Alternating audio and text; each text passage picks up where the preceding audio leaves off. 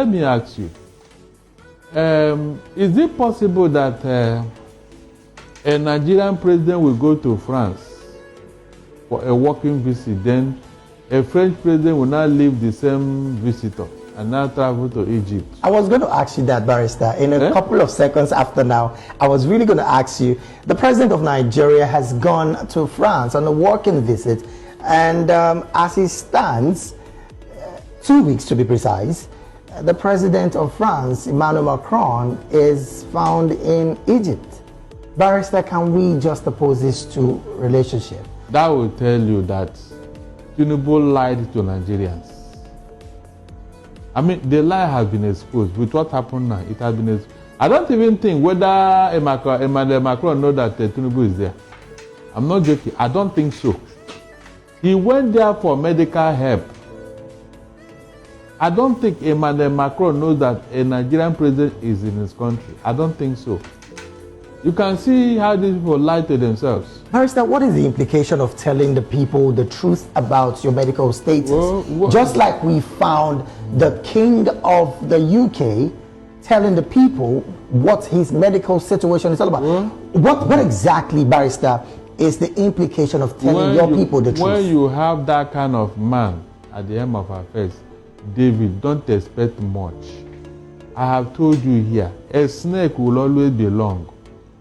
Somebody who has been lying from infancy, from childhood to adulthood, he lied himself into office.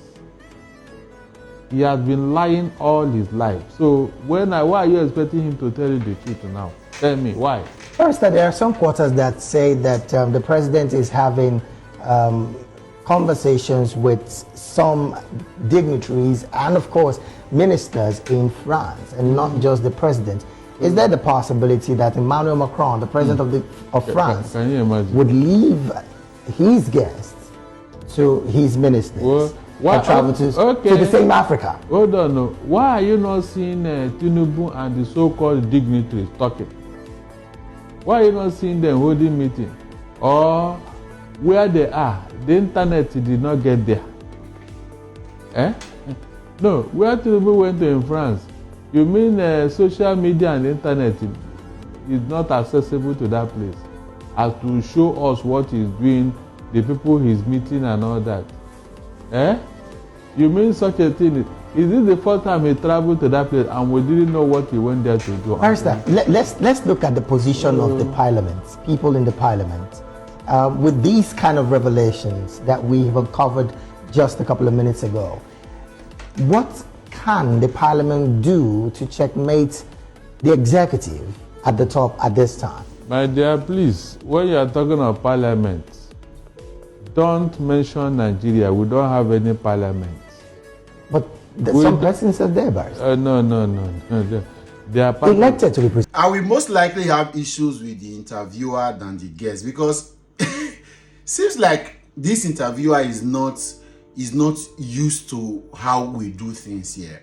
Of course, for Bola Tinubu, anything that Buhari did was right. Whether or not he is more educated, whether or not he owes the people accountability, transparency, responsibility, is none of his business. As long as there was a man called Buhari that did it, it's the template he has. And of course, that's why he said that he's going to continue from where Buhari stopped. There's a classic African proverb that says, do not ask for a chair when you get to the palace where the chief himself sits on the floor. Do not ask for a chair when you get to the palace where the chief himself sits on the floor. You're asking for too much of Bola Tinubu, because integrity, responsibility, accountability, transparency, he doesn't have it. And he will never have it. To him, it's not a big deal. He's lived a life of lying. And it has helped him to build an empire that some idiots call strategy. This doesn't work. It can only happen in Nigeria and in some parts of Africa. You can't even do this. You know how painful some of these things are? I was telling my friends about a classic monarchical system of government. Monarchy, right? A system of government where it is ruled by a king or a chief, whatever. And then some of these things are hereditary. For example, in my place where I come from, the Oba of Benin hands over to his heir, his first son, and it moves on. It has been like that for centuries and no questions, no argument, right? Even in that light, imagine, for example, in Benin, where the Oba hands over the throne to his son when he goes to join his ancestors.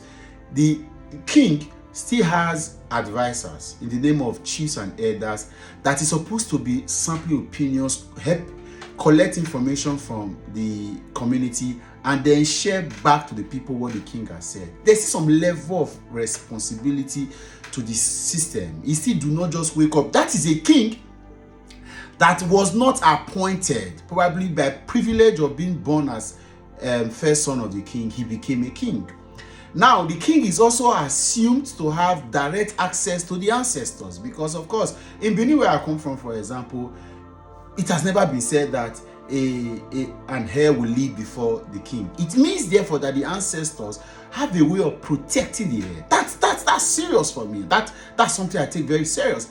Two, the king also has access to certain eyes and mouthpiece of the gods that also communicate with him. In all of this, the king has no... You could seemingly look like, will the king even have responsibility to the people? Yes, he still does, by all standards. He still communicates. He still listens. He still have advisors, so to speak. Yet, a man who was supposedly elected into office as president, would not have anybody to advise him, or doesn't think that he needs to be accountable to the people. And then you jump around lying to the people in the name of having hallelujah boys. As long as an idiot called Bayo can tweet, another mumu called Adebayo is going to see somewhere and say, forget I know me. And these are little very tiny details that I can put together and say, no government, no leadership that doesn't have some form of responsibility, accountability, transparency can actually deliver what should be regarded as development. Because it's the same people that you are supposed to deliver that you decide to shut out of your government. What's the first tenet upon which leadership is built? It's influence. And how do you build influence? Of course, remember that with leadership, it means that it's not positional. It's influence. The reason why people can follow, listen to, is about influence. And how do you build or uphold influence? Transparency, responsibility, accountability. These are the things that people see. Even when it is not okay, even when you do not have to, you are still open enough to say, this is it. And you are scared of opposition using it because this has been your tool all of these years. You are scared that having your details a true reflection of what you want, you have to lie to a people that you say you lead, and you expect me to take you serious. I say you don't like him. How do I like a man that can look into my face and insult me and say he's going for a working visit, whereas his host is also traveling out? What working visit? You are going for a private visit. It doesn't change anything. I can't do anything. I can only shout. Of course. And when somebody in that light, you begin to force me to listen to a person like that because the person is a leader. You are not a leader. You failed. You failed. Some of you demand leadership from your wife and children. Some of you demand responsibility, accountability from your office. Some of you as bosses, you know what it means when you say you require. Some of you have reported your immediate boss to your higher boss. But when it comes to the issue of Nigeria, it can crumble and scatter. It doesn't concern you as long as it is somebody you have sentimental attachment, either by tribe, by religion, by political affiliation, or by the fact that you just hate somebody else. That's the point. That's what we are talking about. And these are the things that some of us look at and say, no. On a man walk. This is it.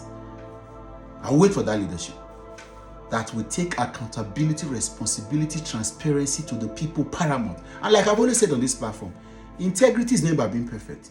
It's about being perfectly honest. The fact that I'm able to own up to say, yes.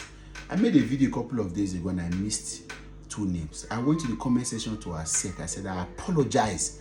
I am not claiming to be a saint. I'm just saying that you must grow to that point to realize that you can make mistakes. You can fail. Tinubu should accept that he's failed. He cannot fix this country. But he's using hallelujah boys from his tribe and party to jump from one post to another.